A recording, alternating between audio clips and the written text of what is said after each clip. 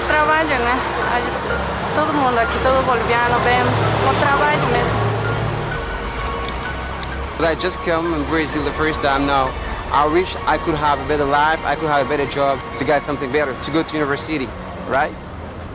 A migração, eu sempre digo que é um direito que a pessoa tem, né? Todo ser humano tem o direito de buscar uma nova oportunidade, buscar uma nova vida. Claro que muitas vezes a migração ela é forçada pela própria situação que a pessoa se encontra, onde ela não tem mais condições de permanecer no seu local para poder sustentar a família e sustentar a si mesmo. Já o tráfico, eu vejo como uma grande violência. A andorinha ela se desloca para muitos países sem precisar de passaporte, sem precisar de carimbo de ninguém, porque ela é livre para voar. E assim nós queremos a migração, queremos uma migração livre, queremos uma migração que não encontre fronteiras, porque as pessoas têm direito de migrar, têm o direito de lutar pelo seu trabalho e pelo pão de cada dia. Muitas situações de tráfico se originam do fato que as pessoas tinham um projeto migratório, desejavam ou até precisavam ir morar em outros países, e as leis restritivas que tentam impedir a migração acabam favorecendo que as pessoas busquem canais alternativos através do contrabando de imigrantes ou se expondo ao risco de tráfico de pessoas. O tráfico de pessoas, para quaisquer dos fins, ele é muito lendário, especialmente na cultura brasileira, mas é um problema mundial. As pessoas pensam que não ocorre, que é uma lenda e que, via de regra, quem está denunciando tem algum problema mental, que a pessoa está aflita com a morte de um parente ou está imaginando coisa.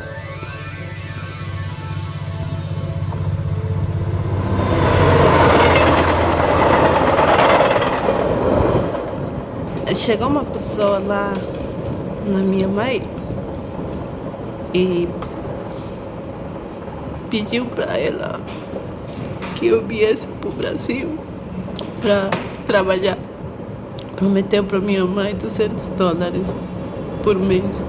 Aí entrou de acordo. Aí quando estava pronto para eu vir para o Brasil, o meu certidão tinha queimado no tabelião da Bolívia. Aí já era muito, a filha da moça que vem estava muito doente, estava com vômito de diarreia, então ela não podia esperar. O tabelião falou para esperar 10 dias, não conseguiu esperar. Então falou, então vamos levar com o documento da outra irmã para minha mãe. Então eu vim com o documento da minha irmã para o Brasil. Aí quando eu cheguei até o Santa Cruz, essa senhora falou para mim, daqui para frente, para você não existe mais pai, mãe, nem irmão. Acabou. Daqui para frente é trabalho. A gente embarcou no trem de Santa Cruz para Corumbá. Aí quando eu estou vindo do trem, quando ela falou isso para mim, eu queria pular do trem para me voltar para minha mãe. Quando eu cheguei na fronteira, eu pedi para Deus não me deixar passar, sabe, aquele selo que carimba para passar, que eu era menor. Ele carimbou, passou, pode ir para frente, porque tinha licença da minha mãe. Eu perguntei, de quanto, que hora a gente vai começar a trabalhar? 7 horas, às 2 da manhã. Eu comecei a trabalhar com ela, era 1 ano e 3 meses que eu trabalhei com ela. Não pagou para mim, eu pedia vale, falava para mim, tu não precisa de vale, porque para que tu precisa se está aqui dentro?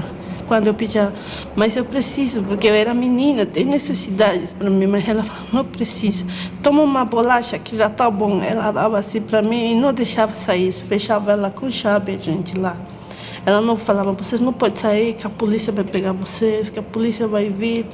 Um monte de coisa que a gente passou junto com ela. Até 1 ano e meio, 1 ano e 3 meses que eu fiquei com ela, quando eu decidi fugir, eu fugi da casa dela. Que ela me ameaçou, falaram para mim que eu fiz uma coisa errada, ia me pegar, ia bater em mim, um monte de coisa que eles falaram para mim.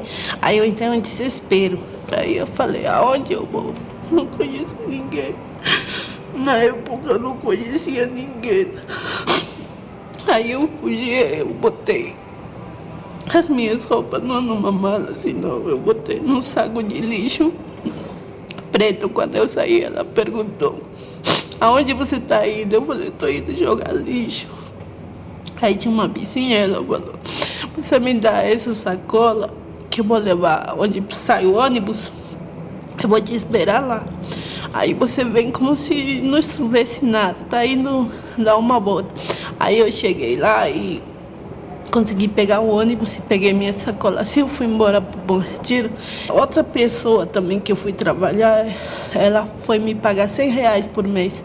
Só que tinha que nos trabalhar muito, abastecer muita gente. Aí R$100 por mês.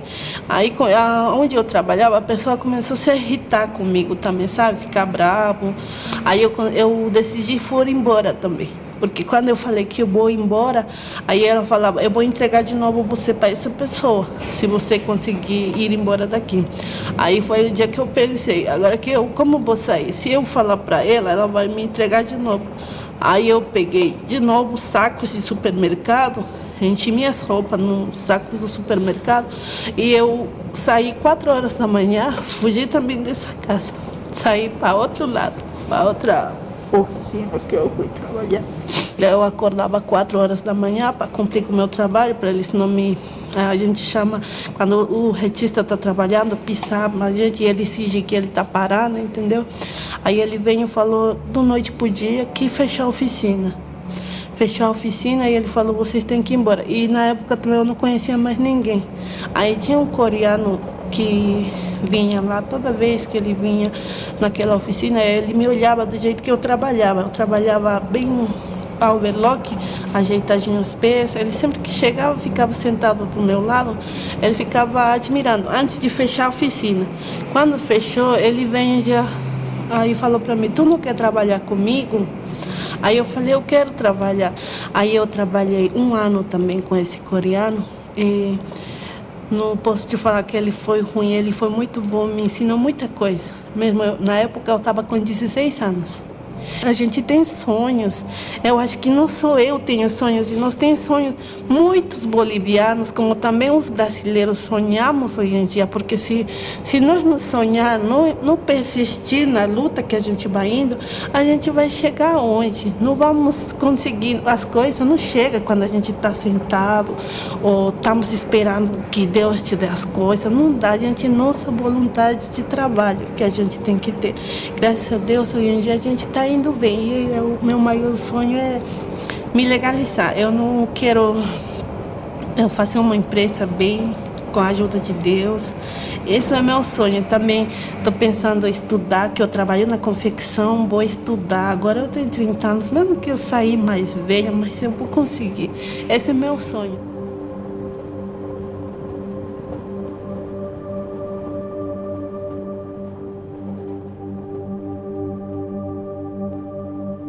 Eu vejo que tudo isso é consequência do valor econômico. Os países pobres não têm infraestrutura na parte de educação, na parte social, e eu vou atrás daquilo que me possa fazer bem, que eu possa construir uma família digna, e eu acabo imigrando. Foi o que trouxe meus pais para cá em busca de novos horizontes, e eles emigraram. Então, a solução para tudo isso é que o mundo se conscientize que somos seres humanos, não mercadorias. É isso.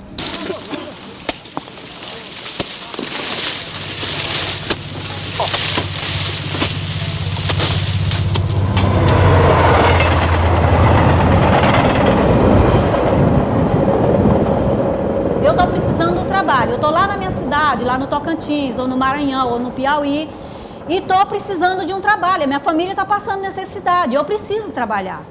E daí chega lá o gato, né, e diz assim, olha, lá na fazenda do seu João, lá no Pará, tem muito serviço e o serviço é bom, a gente paga muito bem.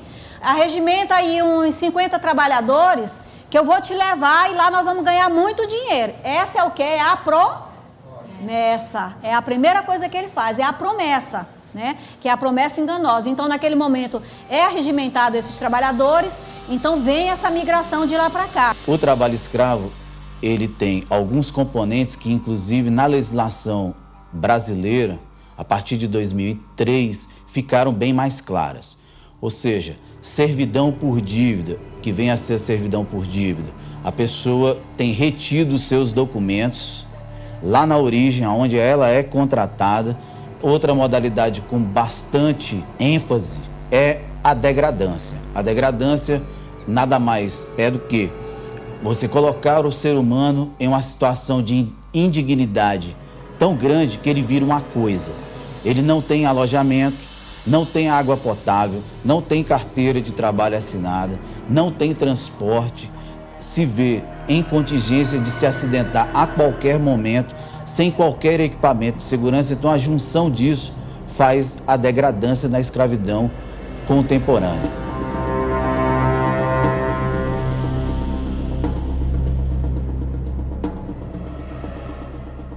Posso contar uma experiência, mesmo assim em Tailândia, perto de Belém. Eu estava lá perto de um posto quando chegou um cidadão para mim trabalhar na fazenda dele. Quando eu cheguei lá, não era roço, não era plantação de capim, ele me botou para trabalhar numa calvoeira lá, carregando uma história mais ou menos de 50, 60 quilos para jogar em cima do carro.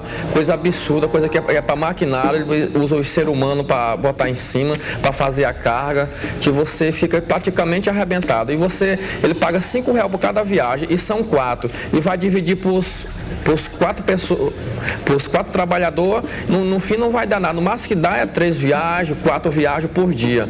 E ali por diante você não está escravizado, né? Você vai acertar a conta com o patrão. Eu cheguei lá para acertar a conta com ele. Ele falou: o teu saldo durante 18 dias é R$70, porque teve alimentação. E o teu cheque eu vou te dar ele amanhã. Aí um tal de Bragança, que é o capataz geral da fazenda, que fazia o pagamento, quando foi a base de umas 11 horas para 12 horas, ele veio me chamar para comer um churrasco na casa dele, que ele estava fazendo aniversário, que o cheque meu estava lá. Mas naquele momento eu falei: poxa, uma hora dessa aí receber meu cheque, eles querem fazer alguma coisa comigo? Falei: olha, seu Bragança, amanhã cedo eu vou retornar na tua casa. E no outro dia eu retornei à casa dele e falei: cadê o meu cheque? Ele falou: não, já fui no banco e não tinha fundo o cheque. Mas naquela hora, umas 8 horas da manhã, 7 horas da manhã, não tinha banco aberto. Imediatamente o fazendeiro chegou, mas o fazendeiro não me viu. Ele falou: Bragança, tu já matou o Goiano? Quem era o Goiano? Goiano era eu. Tu já matou ele? Aí ele apontou pro rumo da casa dele, que eu estava lá naquele momento, para ele ficar calado. E eu vi a cena todinha. Naquele momento eu fiquei apavorado. Poxa, vai me matar por causa de R$70, não tem condição. Eu acho que ele ficou com medo de eu tomar outras providências, não sei, mas imediatamente eu não peguei em bolsa, não peguei nada. Naquele momento eu saí e falei: seu Ceará, eu tava vendo aquele rapaz na estrada, falei: tô, já arrumei um serviço com ele. Naquele momento ele não fez nada comigo, que tinha muita gente ali. E já saí correndo na estrada. Quando eu corri, já escutei a caminhonete voltar para trás em minha direção. Eu joguei um chapéu pro lado da direita e corri pro lado esquerdo. Eu vinha 2 pessoas em cima. Eu escondi num capim lá e enxerguei as pessoas armadas e saí correndo. Corri mais ou menos umas 4 horas por dentro da mata, cheguei a BR Belém-Brasília, né? Enquanto eu pedi parada para um ônibus. E lá ele falou assim: ó, tua passagem aqui, tu vai para onde? Eu falei: não, eu quero ir para Tailândia. Ele falou: tu tem dinheiro? Eu falei: não tenho dinheiro. Eu contei a história para ele. Falei: não, tu pode ficar tranquilo aí dentro, porque eu vou te levar até a Tailândia. E chegando dentro de Tailândia, eu cacei uma assembleia, uma igreja evangélica, e contei minha situação para ele. Ele falou: olha, eu vou te dar o dinheiro, vou te dar R$30 para você poder ir embora. Eu falei: tudo bem. Enquanto eu estava retornando para a rodoviária, o capataz me enxergou. Naquele momento me chamou: Goiano, vem cá, eu tô com teu dinheiro. Eu falei: pô, me dê meu dinheiro. Ele falou: não, tá na casa do fazendeiro. Naquele momento ali eu reuni umas 10 pessoas para ir na casa do fazendeiro. E quando eu vou chegando lá, o fazendeiro vai saindo. Ele falou: mas Goiano, por que tu correu ontem, moço? Eu ia com um cheque para te pagar. Eu falei: mas a velocidade daquele, moço, você queria me matar. Ele falou: tu é doido, moço, eu queria te pagar. Eu falei: cadê meu dinheiro? Ele falou: não, tu vem aqui de 12 horas para 1 hora pegar o teu dinheiro, que agora eu não tô tendo dinheiro. Eu falei: seu Ceará, se eu tiver dinheiro agora eu recebo. Se você não tiver, eu não vou mais retornar aqui, nesse lugar. Ele falou: rapaz, então pode caçar teus direitos. Eu sou advogado, tenho um parente que é deputado, é juiz federal. A lei somos nós mesmos, que não parar não tem lei, que a lei somos nós. Falei, tudo bem. Quando eu retornei para a rodoviária, peguei o ônibus até Marabá, onde eu tomei a segunda providência. E graças a Deus a CPT tomou a providência e chamou a Polícia Federal, né, uma equipe de fiscalização imóvel do Ministério do Trabalho, e resolveu o meu problema e vai resolver outro problema a mais. Aqui a gente tem algumas denúncias. Durante o ano a gente já tem recebido várias delas, né, onde o trabalhador chega até a gente, né, ou ele vem encaminhado pela Polícia Federal, ou ele vem encaminhado pelo Ministério Público do Trabalho, ou mesmo pelo Ministério do Trabalho e Emprego, né, que tem uma agência aqui em Marabá. Nós estamos falando de uma indústria que, junto com a indústria da droga e das armas, é uma das principais indústrias de dinheiro da atual sociedade pós-moderna, capitalista. Na verdade, o capitalismo ele é plástico, né? Ele se amolda às circunstâncias de fato que se apresentam em uma determinado espaço. Então, se ele encontra miséria, necessidade absoluta, ele provoca uma ilusão, retira as pessoas do seu locus, da área onde ela estabelece suas relações sociais, a sua rede de proteção social, e o leva para uma área distante para ser explorado. Então, é essa questão econômica que viabiliza essa traficância e viabiliza esse aliciamento, que, por sua vez, também se justifica na utilização da própria cadeia produtiva, porque essa mão de obra é barata. A gente vai comprar uma roupa, a gente não tinha o hábito no passado de se perguntar se essa roupa foi produzida com trabalho escravo. Hoje a gente precisa se perguntar, por que tá tão barato? Agora eu vou deixar a seguinte pergunta: será que o paulistano, o paulista e o brasileiro e o cidadão do mundo está realmente preocupado com a origem daquilo que ele adquire?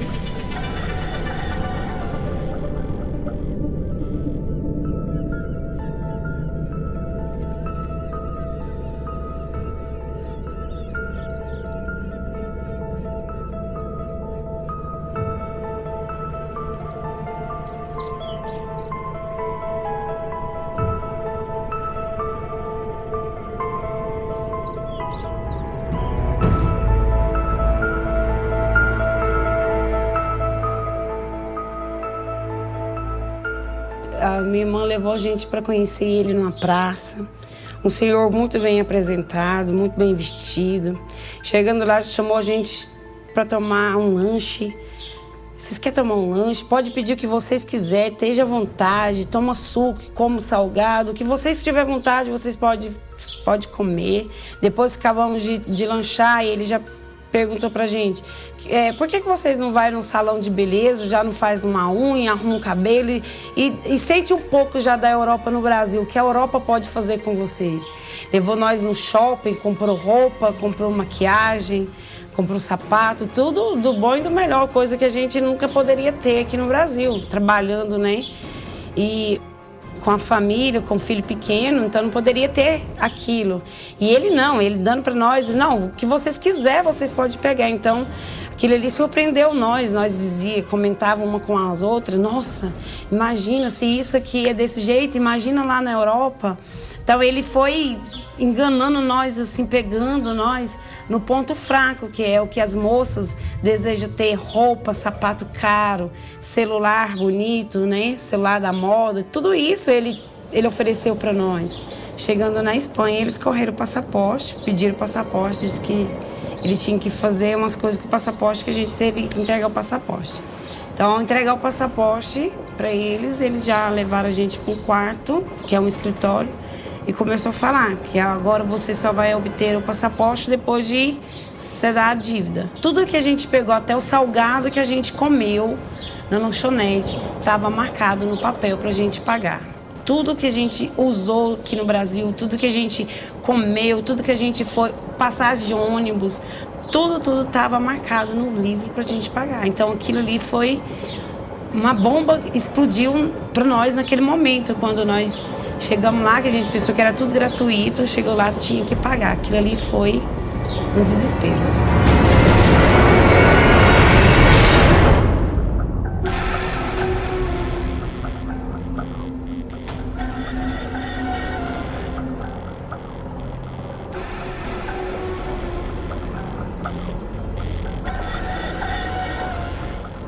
O contato direto com as vítimas me faz cada vez mais me convencer de que traz um atentado, primeiro, para a dignidade dessa pessoa. Que a pessoa fica em estado arrebentado, a pessoa fica arrebentada. Ela perde o norte da direção, ela sai do eixo da sua existência.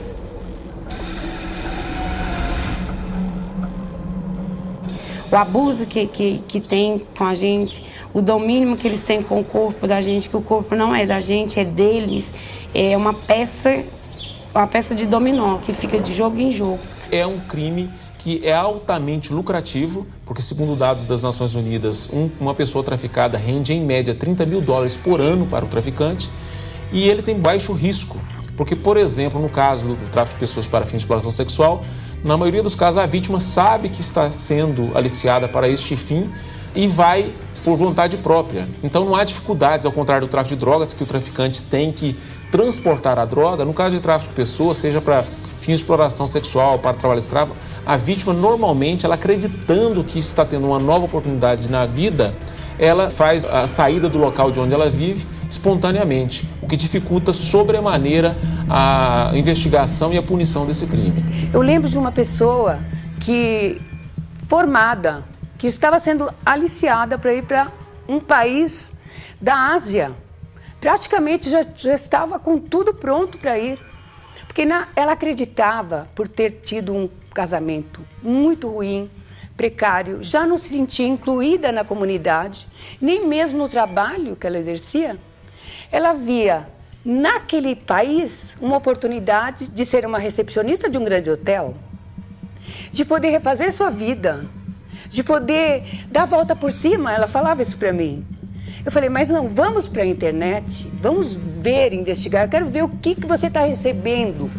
Ela recebia pedidos, uma foto 3x4, depois uma foto de perfil, depois uma foto de corpo inteiro.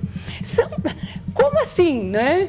Então, aos poucos, a gente tem que mostrar para as pessoas que essas propostas, elas têm que ser, primeiro, vistas como propostas com muita desconfiança. Uma pessoa que chega para aliciar, ele não chega ali com um capuz preto, dizendo na cara que ele é aliciador.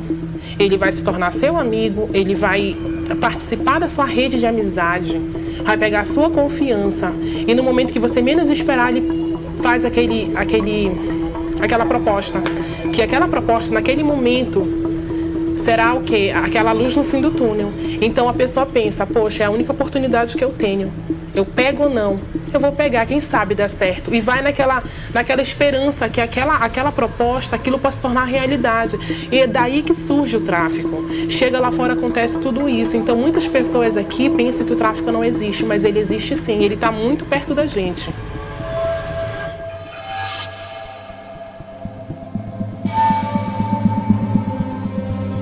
Aqui Aruanã é uma cidade turística e chega muita gente, ninguém sabe quem é quem.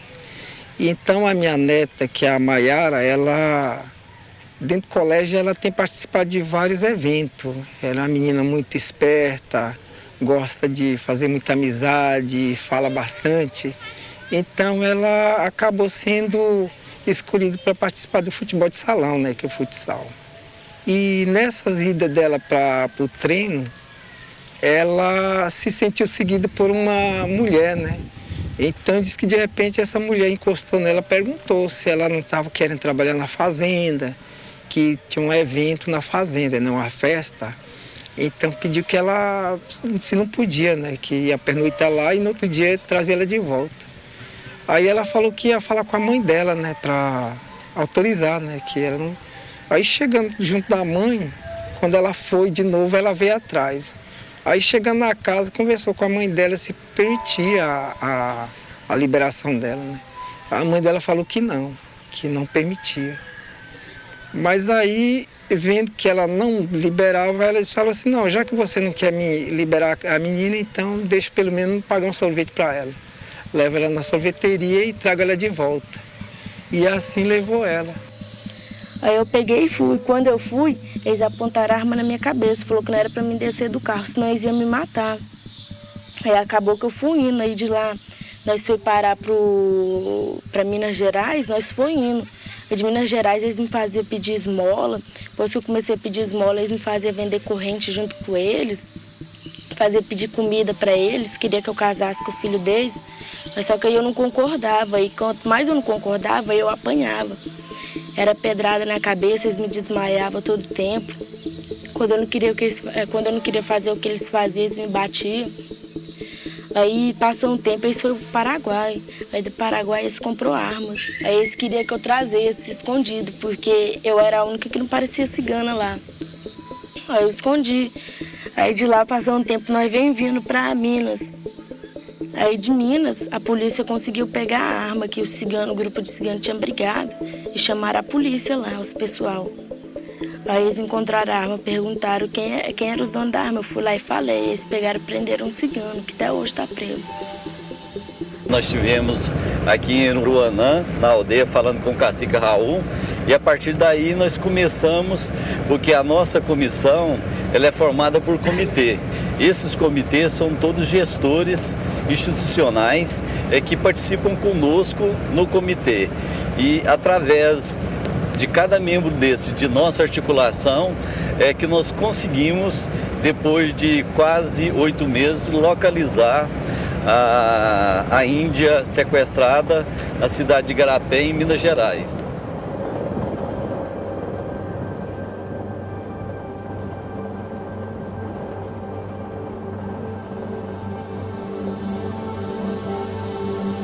Ela trabalhou de relojoaria, trabalhou no supermercado aqui, trabalhou em diversos lugares, mas o salário era um salário minguado mesmo, né?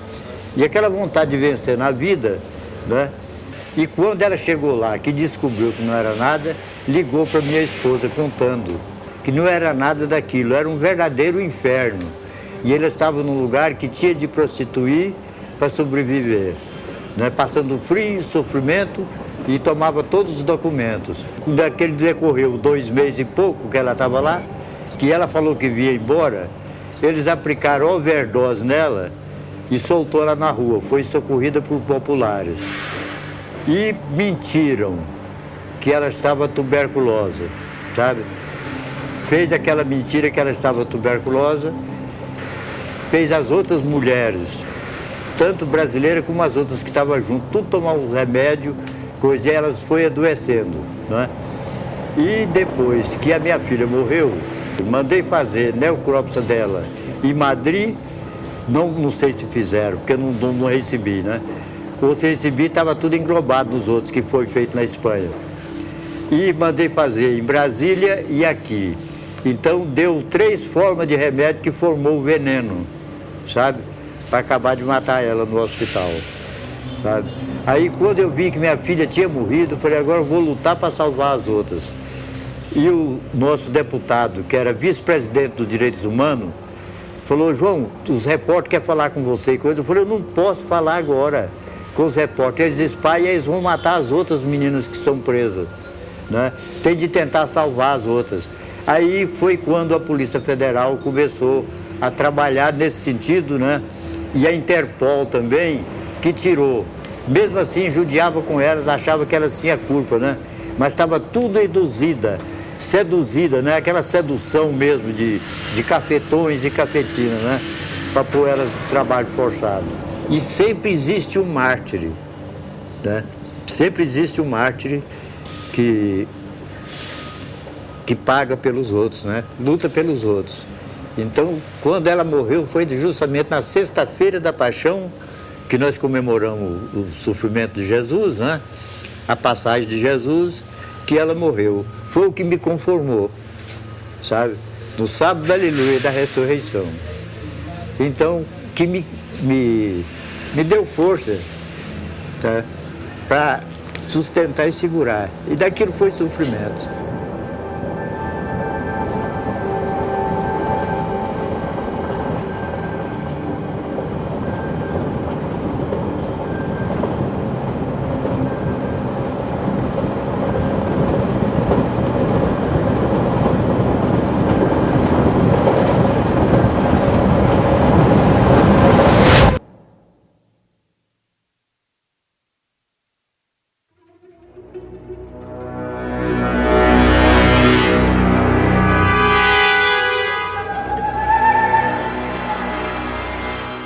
transplante é um grande avanço da medicina.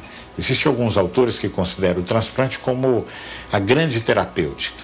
Quer dizer, seria a substituição de um órgão que foi acometido por um agravo de saúde, substituído por um outro que ainda não tem ou não tem esse agravo.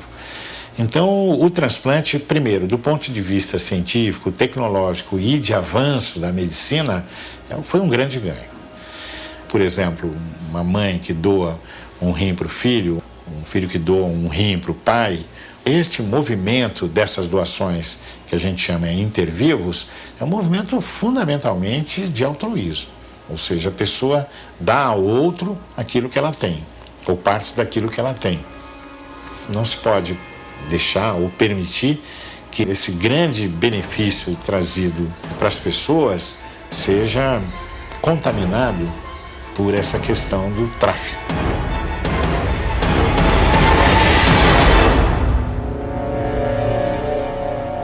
Houve já condenações nesse sentido. A mais recente de tráfico de pessoas para tráfico de órgãos foi de uma organização criminosa chefiada por um ex-policial militar que atuou numa região longínqua do Recife, numa periferia de Recife, convencendo as pessoas a serem traficadas para a África do Sul, portanto mediante fraude, para retirada do rim e retorno ao seu local. Todas essas pessoas hoje passam muito mal, têm qualidade de vida baixa, justamente em razão do tráfico. E a organização está inteiramente condenada, seja no Brasil, seja na África do Sul. No interior de Pernambuco, várias líderes da Pastoral da Criança, elas detectam crianças já vendidas no ventre da mãe, né, com 8 mil, 10 mil, porque atingem justamente a situação de vulnerabilidade, então a situação da família de vulnerabilidade, então vão chegando junto e o dinheiro é tentador. Geralmente as crianças, quando elas são levadas para adoção. E lá não existe essa continuidade dessa investigação, né? A própria Interpol, muitas vezes, ela não te dá esse aparato e aí você não sabe a destinação. Nós fizemos um flagrante aqui em 2011, eu mesma fui, nós recebemos uma denúncia do Conselho Tutelar que uma criança tinha sido vendida em um hospital. E quando nós chegamos lá, realmente a criança tinha sido vendida por R$500. Foi aqui no hospital da Beneficente Portuguesa, um hospital no centro da cidade. E essa mãe era uma mãe muito carente do interior do estado e o que nos levou muita preocupação é que a pessoa que teria comprado a criança, ela já tinha a certidão de nascimento da criança antes mesmo da criança nascer. Ou seja, se para essa ela tinha, para quantas outras ela não pode ter feito o mesmo trâmite, né?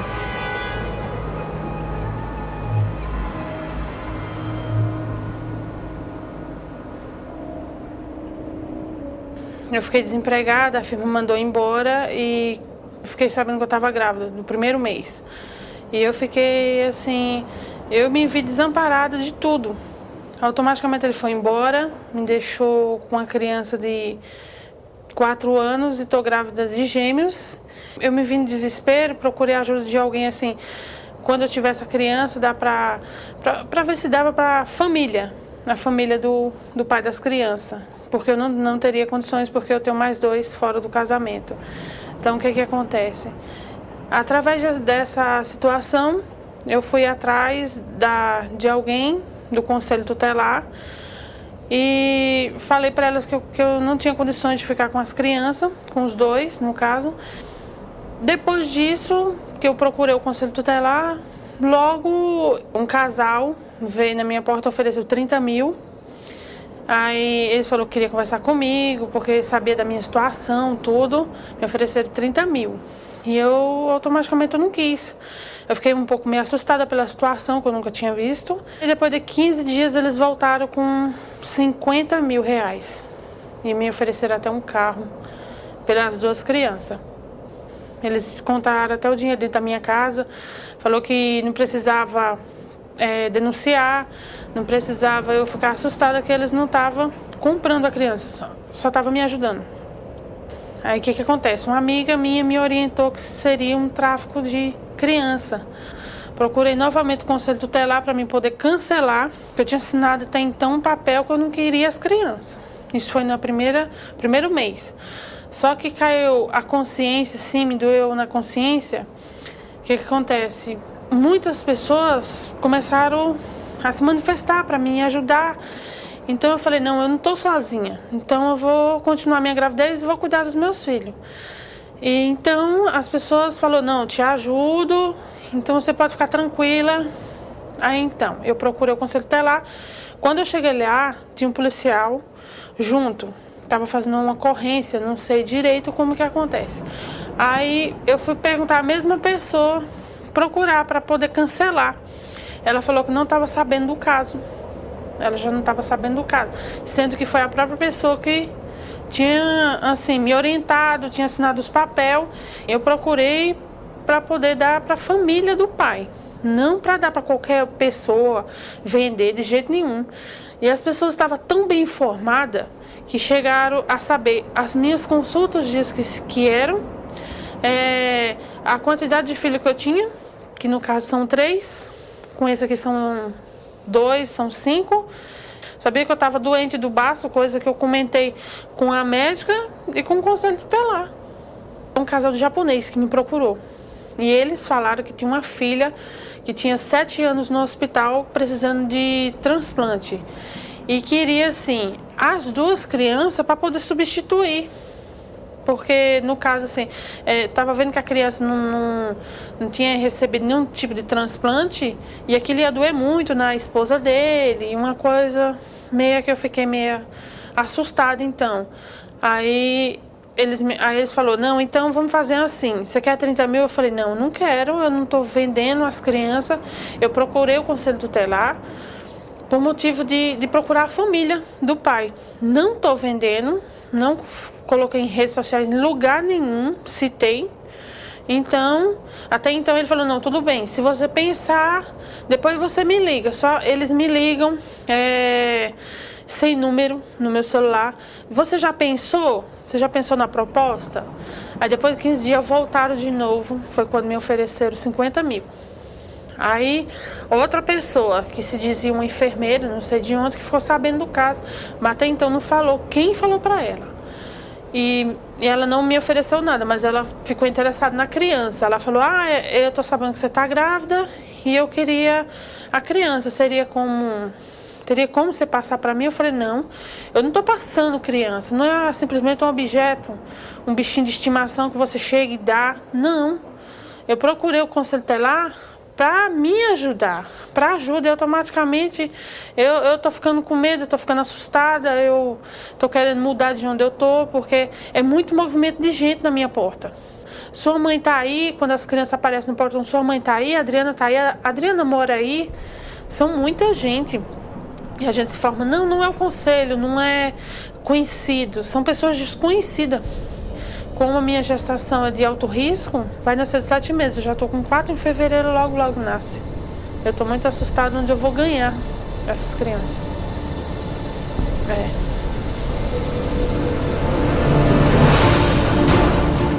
Incluir dentro do tempo da operação os 2 primeiros, quer certo?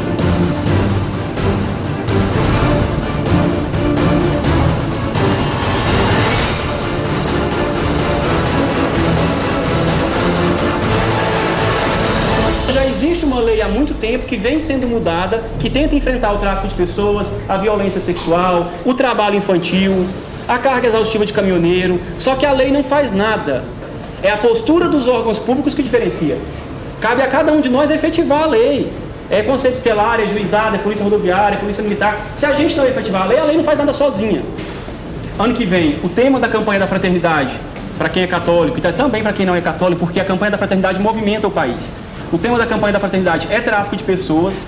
E o tráfico de pessoas está interligado com tudo isso que a gente vai fazer nesses 3 dias. Essa operação foi de uma relevância muito grande, porque foi localizado vários adolescentes e encontramos também pessoas de outro país na exploração sexual. As meninas e as mulheres e as travestis que frequentam aqui, a maioria são de outros estados, elas têm a sua mão de obra sexual aproveitada e explorada, são casos de tráfico de pessoas. Nem sempre a gente consegue configurar, mas já vale pela ação ação preventiva também, que a gente está fazendo uma palestrinha com as pessoas, entregando material educativo. Algumas entidades trabalham na prevenção, outras na repressão, outras na conscientização da sociedade, na publicização do problema. Então é esse conjunto de atividades que vai permitir aprofundar a discussão sobre esses temas e combater realmente, porque só uma frente não é suficiente, é muito pouco para conseguir acabar com esse problema. Atualmente são 27 milhões de pessoas que são traficadas por ano.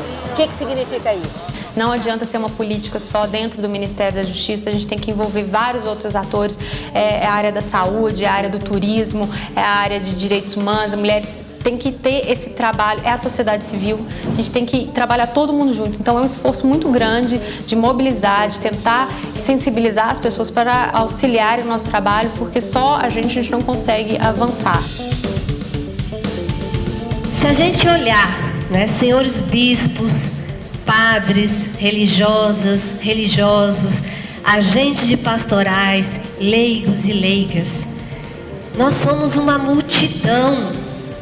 Nós estamos espalhados em cantos e recantos que ninguém entra, onde a ausência do Estado é quase 100%. Lá estamos nós. Então é possível reverter esse quadro. Nós não podemos achar que o nosso mundo se resume na nossa casa ou no contexto da sua família. Nosso mundo é maior, nós vamos interagir com as pessoas, compartilhar informações, discutir questões importantes nas comunidades, não importa a religião. Nós podemos fazer, sim, um trabalho educativo, preventivo, no eixo da prevenção mesmo, para que as nossas crianças, adolescentes e jovens possam também serem conhecedores dos riscos que eles correm. O que vocês acham? Tem pessoas ainda escravas no Brasil e no mundo? Sim? Então me dá um exemplo para mim, Nicolete, você consegue? Temos todos os tipos, na verdade, de escravos, quanto mais de internet ou até de serviço. Seria importante que o sistema educacional do Brasil adotasse no seu currículo para discutir essa temática, Então nós discutimos a escravidão moderna, lá no século XIX, mas nós não discutimos o trabalho escravo contemporâneo. Tem que partir, a meu ver, dessa questão da dignidade do ser humano e da dignidade que deve ser defendida, preservada e protegida como ser humano, filhos e filhas de Deus, e que esta dignidade, em nome dessa dignidade, em nome desse valor do ser humano, não se pode conceber que este ser humano seja utilizado como uma mercadoria, como um bem de comércio. Pedro, o que é para você ser gente e ter a paz mundial? Ser gente é respeitar os outros, conviver mesmo se a pessoa não gosta uma da outra, e tem que respeitar o local de trabalho. Isso também é a paz.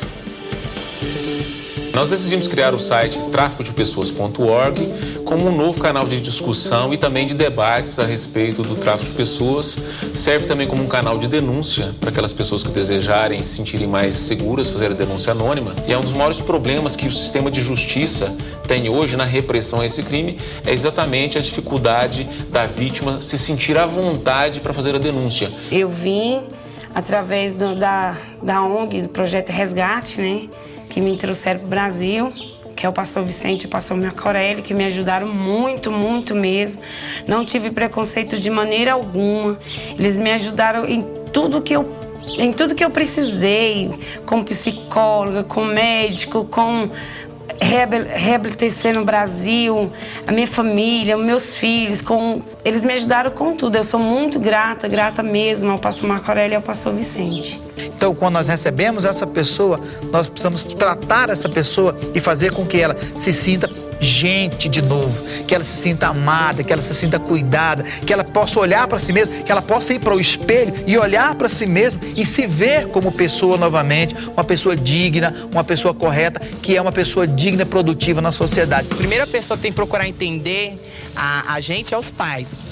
Se o pai procurar entender o filho, conhecer o filho, acompanhar o crescimento do filho corretamente, não só superficial, como ocorre muito hoje em dia, vai ser o primeiro ponto, assim, pra gente ser mais bem respeitada pelo mundo, ter mais facilidade para conquistar as coisas, ter mais segurança pra gente, por exemplo, procurar um emprego. pra gente se sentir mais seguro perante a sociedade, entendeu? Ter pelo menos, principalmente, o apoio dos pais. Tráfico de pessoa mexe com o corpo, mexe sobretudo para exploração sexual com o corpo, com afetividade, com sexualidade. E nós, na cultura ocidental, né, patriarcal, androcêntrica, muito piramidal e também cristã, muito pautada nos valores morais, a gente sempre trabalhou isso como pecado, com muito tabu. Então, lidar com o tráfico tem que quebrar esses paradigmas e isso é um processo de desconstrução cultural bem demorado.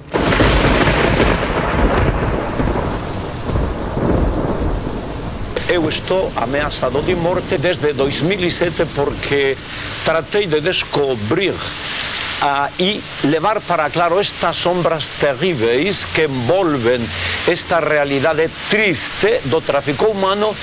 Estou sendo ainda perseguido, porém Deus dá a fortaleza. Quando nós colocamos a fé na história, não a fé nos livros, não a fé na ética, sino a fé viva, a fé na história, que o próprio Cristo como Senhor libertador, verdadeiro libertador do homem e da mulher, então ele também habilita a pessoa para enfrentar, habilita para o enfrentamento também contra todos os opressores, todos aqueles que perseguem a dignidade humana. Eu me sinto lutando para que pessoas não passem pelo que eu passei. Me sinto melhorando para que pessoas possam ter o direito de ir para outro país e não serem humilhados, não serem ir atrás dos seus sonhos e não terminar como um pesadelo como foi o meu. Hoje eu posso dizer que eu me sinto poderosa. Hoje sou diretora-geral da Só Direitos. Faço parte de um grupo maravilhoso de Mulheres em Movimento. Estou ativa na luta contra o tráfico de pessoas. Então, cresci como ser humano, tenho uma outra visão da vida, tenho uma outra visão sobre o tráfico. Olho para essas pessoas não com o olhar de vítimas, e sim como pessoas, além de tudo, além do que passaram, além do que sofreram. Os meus filhos, os nossos filhos, eles sofrem uma extensão do preconceito que nós sofremos. Os nossos pais, os nossos familiares, eles querendo ou não, eles sofrem uma extensão do preconceito que nós sofremos. Isso é muito importante, que a comunidade entenda que uma pessoa que foi traficada, uma pessoa que passou pelo trabalho escravo, ela já sofreu bastante. Ela não precisa de mais um julgamento. Ela não precisa de mais um dedo apontando. Ela não precisa de mais alguém dizendo que ela foi errada. Você sabia o que você ia fazer porque você foi. Ela precisa de alguém que acolha. E, infelizmente, não são todas as pessoas que acolhem, mas uma pessoa que dê um abraço amigo, que diga, não, eu não estou aqui para julgar, eu estou aqui para ser seu amigo, eu estou aqui para lhe dar a mão. É disso que a gente precisa, foi o que nós encontramos na Só Direitos, é o que nós temos uma com as outras, e isso nos fortalece muito, isso nos empodera muito, isso nos deixa cada vez mais felizes e cada vez mais fortes no enfrentamento ao tráfico. E é isso que a gente quer encontrar na comunidade, é isso que a gente quer encontrar nos professores, é isso que a gente quer encontrar nos alunos. Não o julgamento, mas o acolhimento.